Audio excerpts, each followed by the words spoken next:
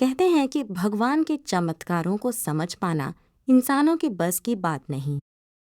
और जब बात हो कलयुग के भगवान जगन्नाथ जी की, तो उनके हर रहस्य के पीछे छिपी होती है एक ऐसी कहानी जो आस्था, रहस्य और चमत्कार से भरी हुई है। पुरी का जगन्नाथ मंदिर एक ऐसा धाम जहाँ हर साल लाखों श्रद्धालु आते हैं, लेकिन यहाँ होने वाली कई बातें आज भी लोगों को सोचने पर मजबूर कर देती हैं।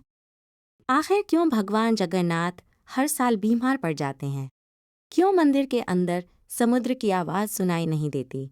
क्यों मंदिर का ध्वज हवा के उल्टी दिशा में लहराता है?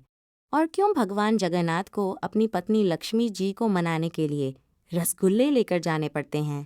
आज की इस वीडियो में हम जानेंगे जगन्नाथपुरी मंदिर और रथ यात्रा से जुड़े कुछ ऐसे रहस्य जिनके बारे में सुनकर शायद आप भी हैरान रह जाएं। हर साल आषाढ़ महीने में पुरी में भगवान जगन्नाथ की भव्य रथ यात्रा निकाली जाती है।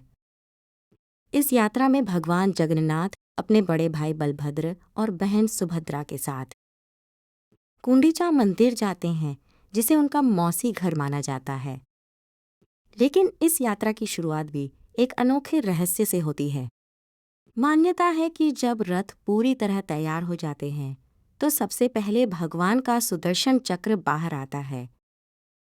वह पूरे रास्ते का निरीक्षण करता है और जब सब कुछ ठीक होता है, तभी भगवान रथ पर विराजमान होते हैं।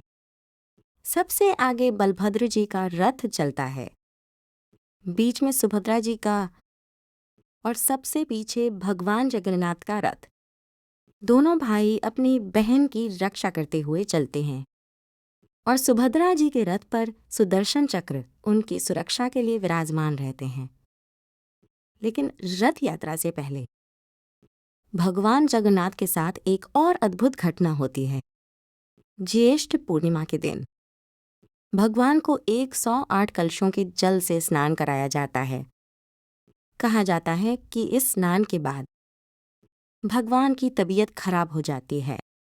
जी हाँ, मान्यता के अनुसार भगवान जगन्नाथ हर साल बीमार पड़ते हैं। इसके बाद उन्हें 15 दिनों तक एकांत में रखा जाता है। इन दिनों में मंदिर के कपाट बंद रहते हैं और भक्त भगवान के दर्शन नहीं कर पाते। यह परंपरा सदियों पुरानी मानी जाती है।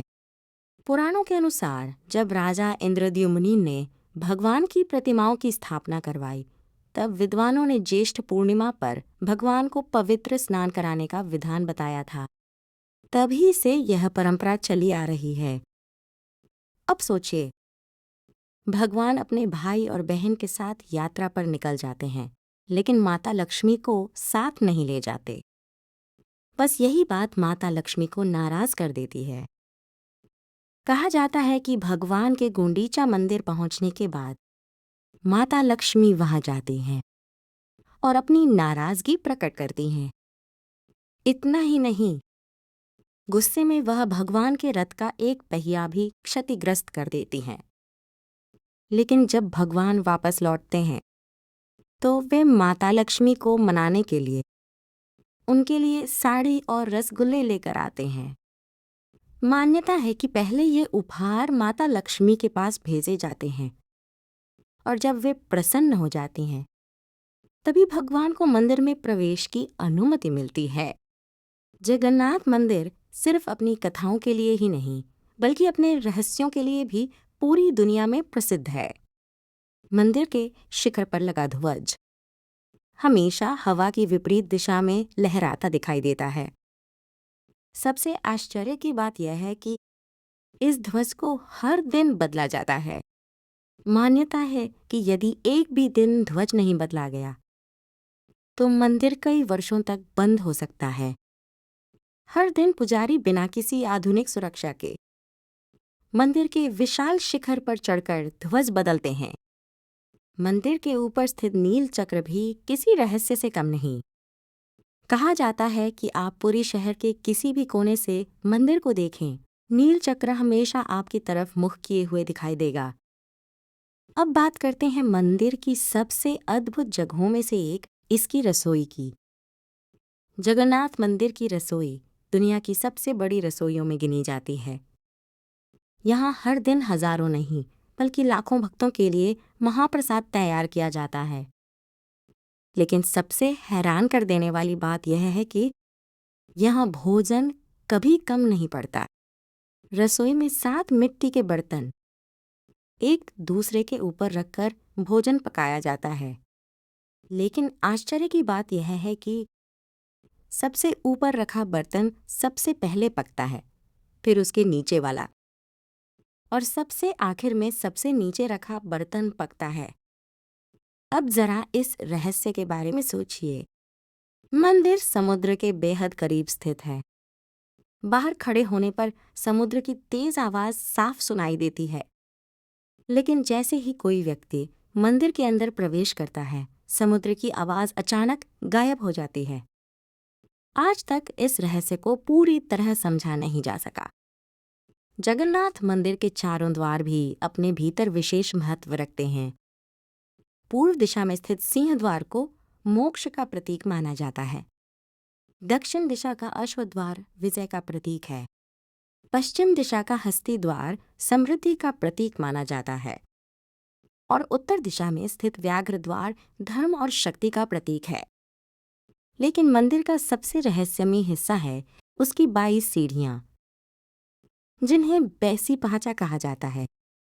मान्यता है कि ये सीढ़ियां मनुष्य की कमजोरियों और बुराइयों का प्रतीक हैं। लेकिन इन सब में सबसे अलग है नीचे से तीसरी सीढ़ी। कहा जाता है कि इस सीढ़ी में यमराज का वास है। इसी कारण इसे यमशिला भी कहा जाता है।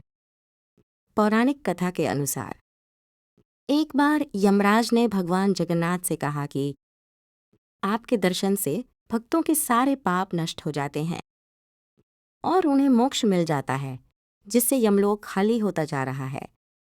तब भगवान जगन्नाथ ने मुस्कुराकर कहा, आज से तुम मंदिर की तीसरी सीढ़ी पर निवास करो।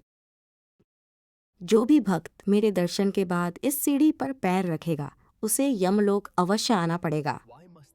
इसीलिए आज भी श्रद्धालु उस तीसरी सीढ़ी पर पैर रखने से बचते हैं। पुरी का जगन्नाथ मंदिर सिर्फ एक मंदिर नहीं, बल्कि आस्था, चमत्कार और रहस्यों का ऐसा संगम है जो सदियों से लोगों को अपनी ओर आकर्षित करता आ रहा है। इन रहस्यों के